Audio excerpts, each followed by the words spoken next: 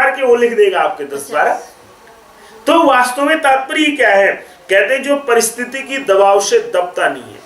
और इसका अगर आपको उदाहरण मैंने एक बार आपको दिया था राम जी का, कि शाम को उनको क्या बोला जाता सतीश जी, कि आपका कल राज तिलक होगा, और सुबह क्या बोला जाता है कि आपको वनवास जाना होगा। आप विचार कीजिए, उस बात को दोबारा रिपीट कर रहा हूं कि आपको बोला जाए कि सर आपको प्राइम मिनिस्टर की ओथ लेनी है कल मॉर्निंग में, और अगले दिन उठा करके किसी जेल में डाल दिया जाए कि साहब प्राइम मिनिस्टर तो छोड़िए, आपको तो अब 10-12 साल अंदर ही रहना है, कहीं निकलना ही नहीं है, आप वहां जाए या ना जाए, हम जाए या ना जाए, उस व्यक्ति के साथ जो दुर्घटना होगी वो व्यक्ति कहेगा यार इस जीवन से बढ़िया तो मर जाना ही ठीक है।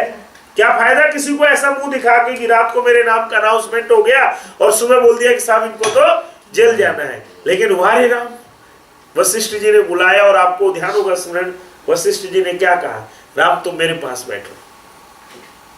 राम को बिठाया, बड़ी देर तक उनको निहारा, बड़ी देर तक उनको बड़े गौर से देखा, और उसके बाद कहते हैं कि राम तुम आज जीवन की मेरी परीक्षा में सफल हो गए। राम बोले गुरुजी मैं समझा नहीं। बोले राम कल शाम को जो तुम्हारे चेहरे पे मुस्कुराहट थी वही मुस्कुराहट अभी भी है, उसमें लेश मात्र का तुम्हारे अंदर परिवर्तन नहीं है।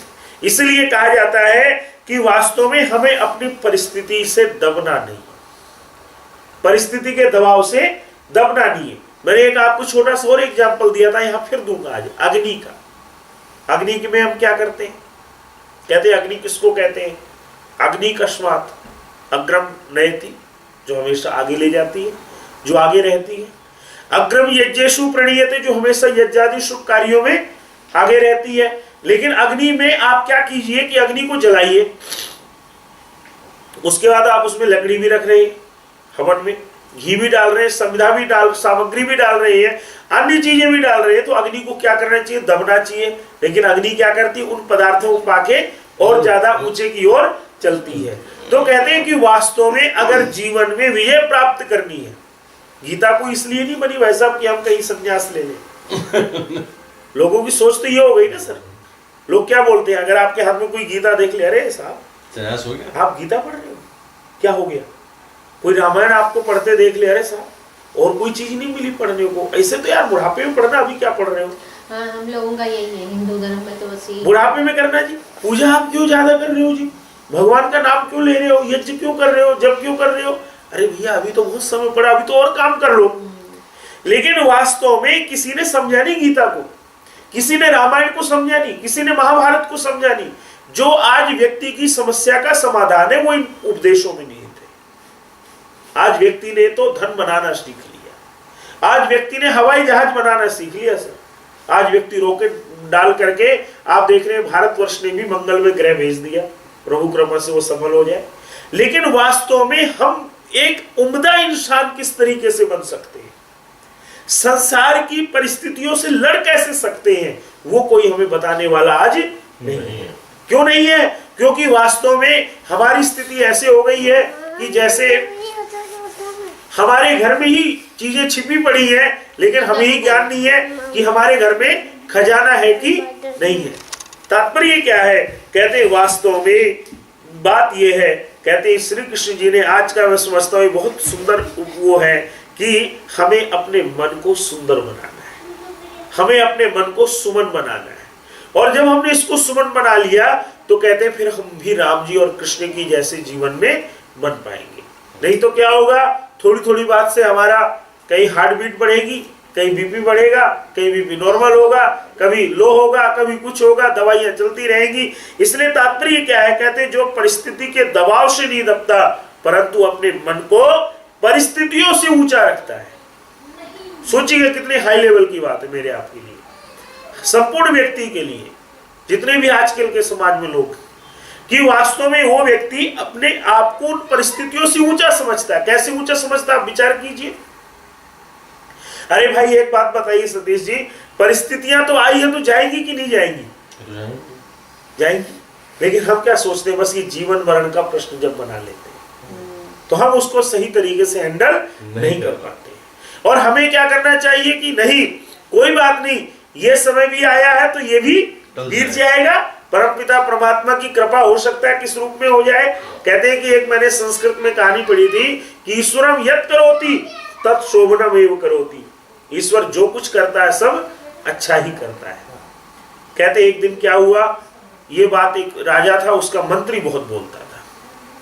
तो कहते हैं कि एक दिन विनीता इसको दूध राजा कोई काम कर रहा था, काम करते करते क्या हुआ, कोई चीज गिरी, उसकी उंगली कट गई, पट्टी वट्टी बांधी। आप जानते उस समय भी वैद्य हुआ करते थे। पट्टी बांधने के बाद राज दरबार में राजा आया, उसने कहा मंत्री जी आप तो कहते हो कि ईश्वर जो कुछ करता है सब अच्छा करता है, अब आप बताइए क्या जो ये मेरा उंगली कटा है ये सही है। मंत्री जी ने कह दिया हाँ जी बिल्कुल सही है, ईश्वर जो करता है सब अच्छा ही करता है। अब आप जानते हैं कि बॉस इज ऑलवेज राइट, वो कभी किसी की गलत बात सुन नहीं सकता है। भाई राजा तो उस जमाने का बॉस था, उसने क्या किया, आदेश किया अपने सैनिकों की भाई इस मंत्री को कारागार में डाल दो। क्यों डाल दो कि हम देखना चाहते हैं कि ये कारागार में जाके भी बोलता है कि नहीं बोलता है, ईश्वर जो करता है अच्छा करता है।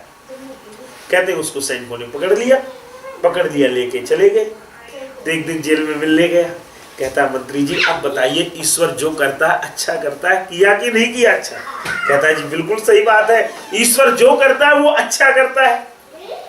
कहते एक दिन राजा शिकार खेलने जंगल गया, खेलते खेलते भटक गया।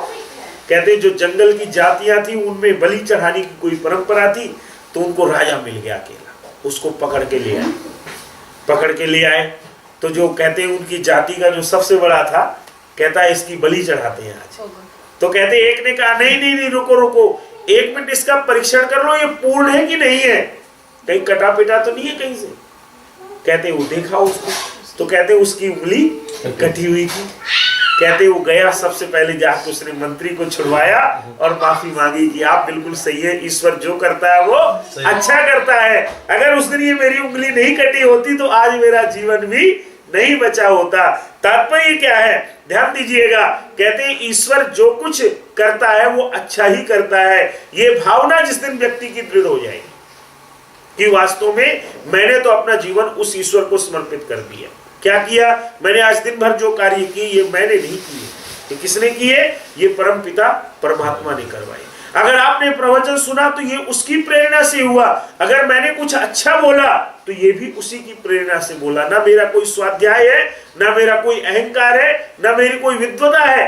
लेकिन अगर जिस दिन मैं ये सोच लूंगा कि साहब ये तो मेरी क्रिएशन है, और आप जिस दिन सोच लेंगे साहब ये तो हमने ऑर्गेनाइज कराया, कहते उसी दिन आपका मेरा पतन होना शुरू हो जाएगा। इसलिए कहते हैं कि बात यहाँ थी कि परिस्थिति के दबाव से, कहते हैं जो दबता नहीं है और क्या करता है, अपने आप को परिस्थिति से जो ऊंचा रखता है।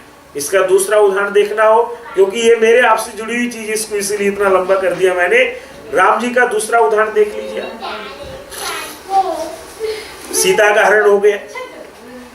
आज के समय में अगर आप देखते हैं कोई इस प्रकार की घटना हो जाए तो ये व्यक्ति के एक बार तो हाथ पांव फूल जाते हैं, अरे साहब मेरी पत्नी को कौन चुरा ले गया, और वो भी राम जैसे व्यक्ति की पत्नी को, जिसका नाम इतना, जिसका तीनों लोकों में जो राजा है, पूरे ब्रह्मांड का जो राजा है, उसकी पत्नी को किसने चुरा लिया। तो एक बार तो लगेगा ना कि साहब क्या हो गया, लेकिन आप विचार कीजिए कि राम ने भरत को खबर नहीं की, राम ने छोटे भाई शत्रुघ्न को खबर नहीं की।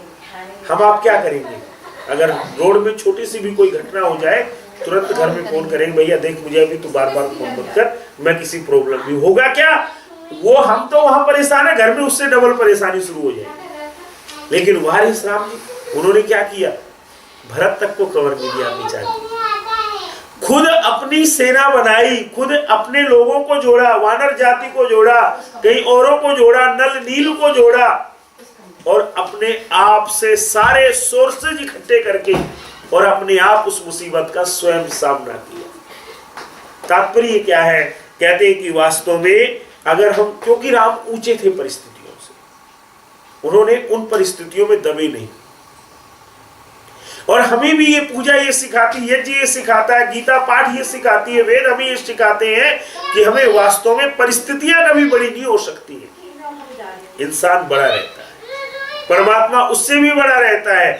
और जिस इंसान ने अपने बड़े परमात्मा को संबंध जोड़ लिए, उसके सामने परिस्थितियां तो नीचे ही रहेंगी, वो कभी ऊंचे नहीं हो पाएंगी। इसलिए बस